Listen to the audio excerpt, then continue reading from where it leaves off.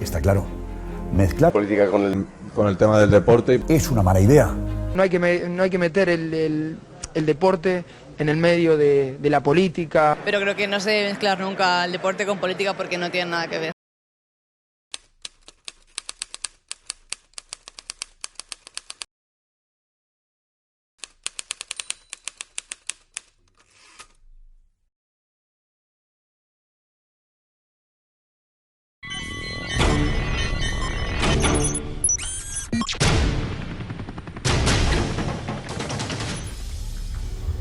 Con la llegada de la Segunda República, se empezaron a retirar símbolos monárquicos tanto de los escudos de los clubes de fútbol, eliminando la corona de ellos, como de sus nombres, quitando también la palabra real. Así como los nombres de las competiciones también sufrieron cambios. En este periodo también tuvo lugar un enfrentamiento entre el conjunto nacional de la Segunda República Española contra el combinado nacional de la Alemania nazi en el territorio alemán, que se saldó con la victoria del conjunto republicano por 2-1, mostrándose con la cabeza agachada mientras los alemanes realizaban el saludo fascista durante la interpretación de su himno como seña de repudio al mismo.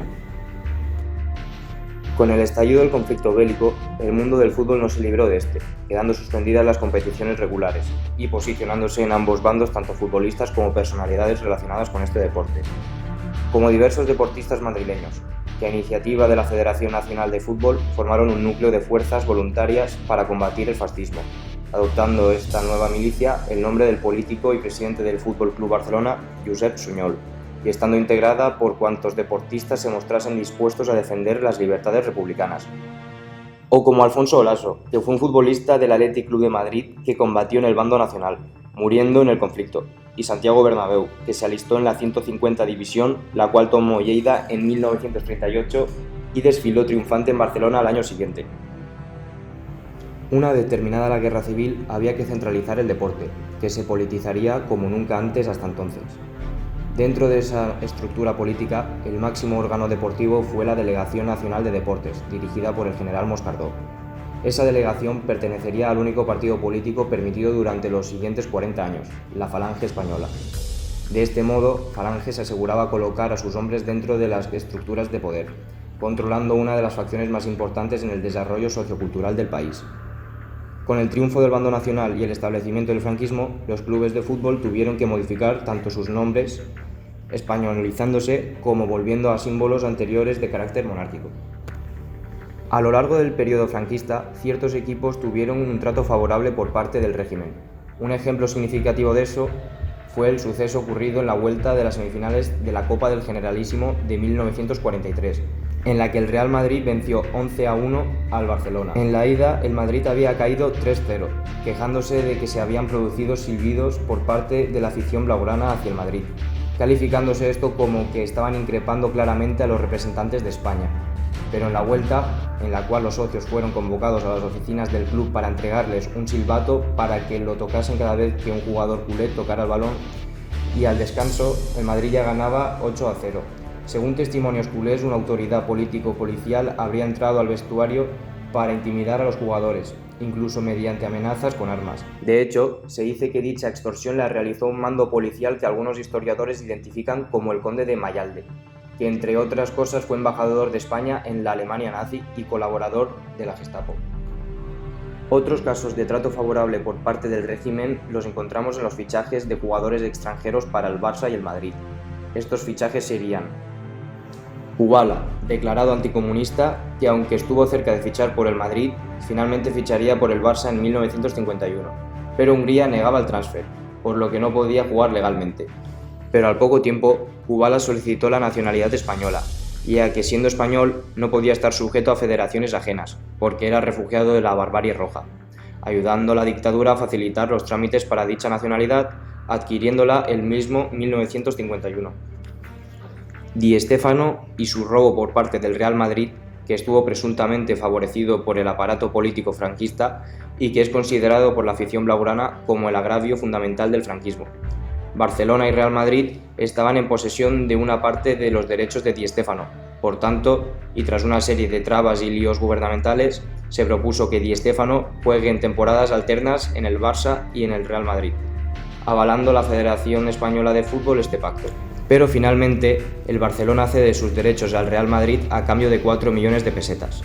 Aunque posteriormente directivos culés, sobre todo el presidente Martí Carretó, denunciaron presiones e incluso amenazas, como inspecciones fiscales a sus empresas, para que aceptasen el pacto. Desde los distintos clubes deportivos no era nada extraño la condecoración del caudillo por parte del mismo, ya que en aquellos tiempos todas las entidades debían concedérselas ya fuera legalmente o por obligación tácita, aunque el caso más mediático es el del FC Barcelona, ya que choca con esa imagen de club antifranquista que tiene actualmente.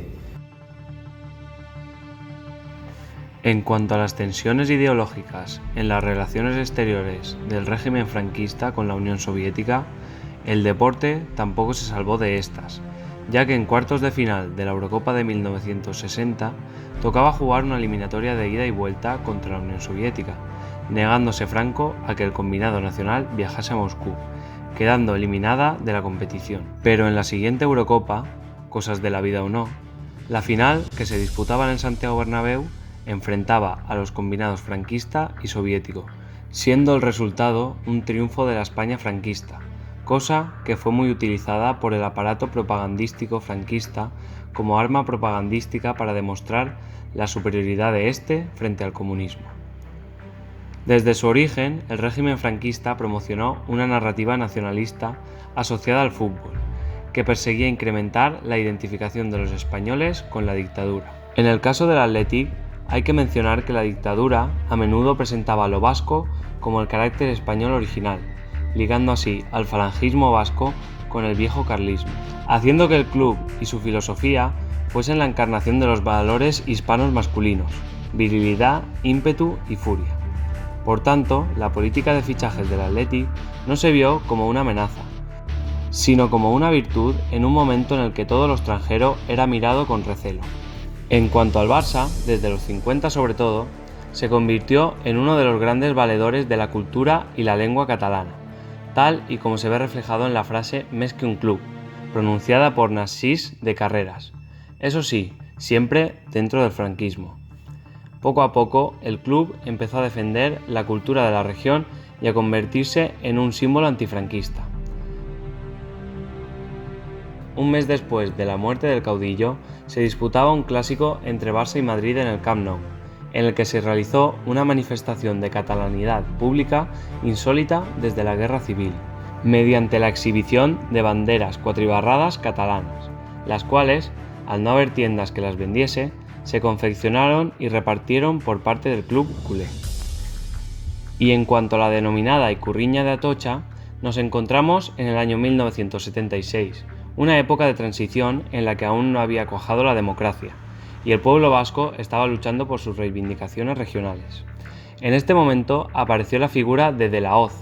futbolista de la Real Sociedad conocido por sus ideas de izquierdas, quien decidió que había que hacer alguna cosa para acelerar los tiempos para la legalización de la Ikurriña. Su idea fue que al comienzo del partido, los 22 jugadores titulares caminaran en dos filas paralelas hasta el centro del campo del viejo Atocha, comandados por los dos capitanes, Cortabarría y José Ángel Iríbar, que mostrarían al público una Ikurriña.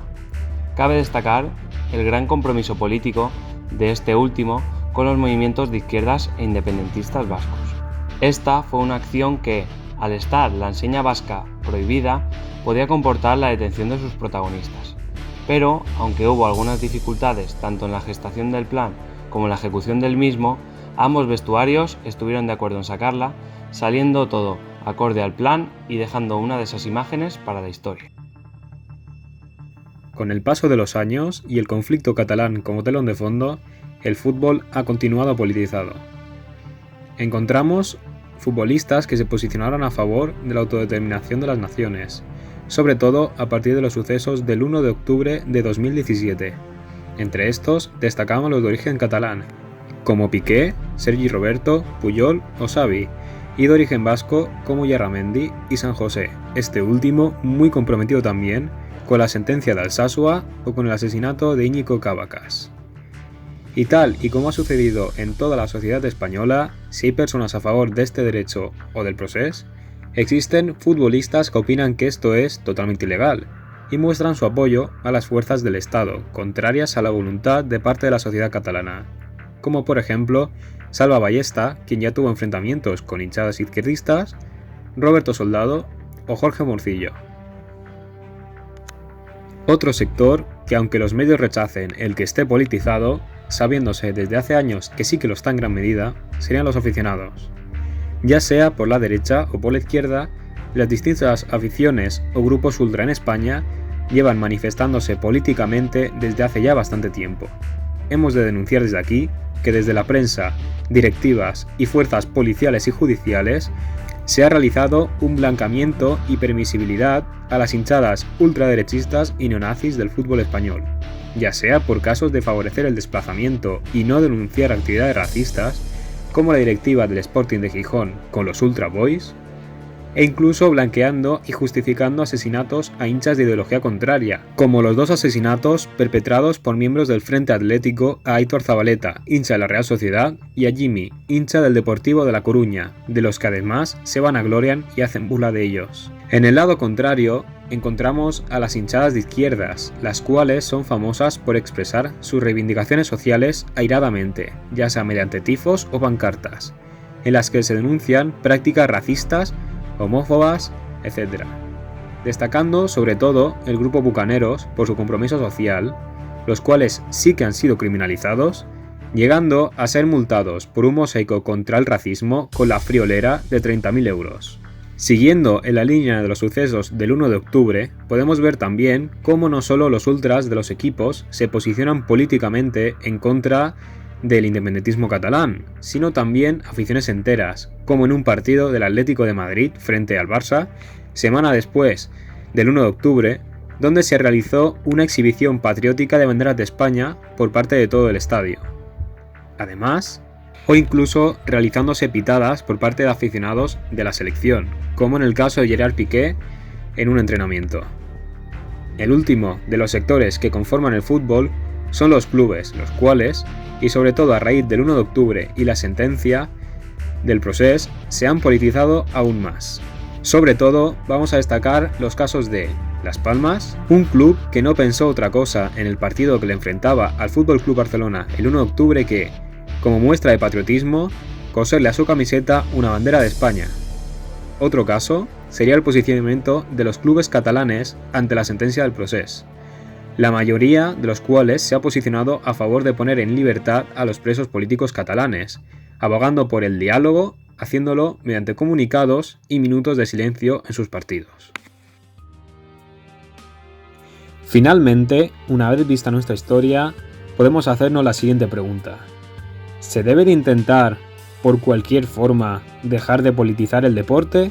¿O debe asumirse que, como toda actividad humana, siempre puede y tal vez deba tener un carácter político?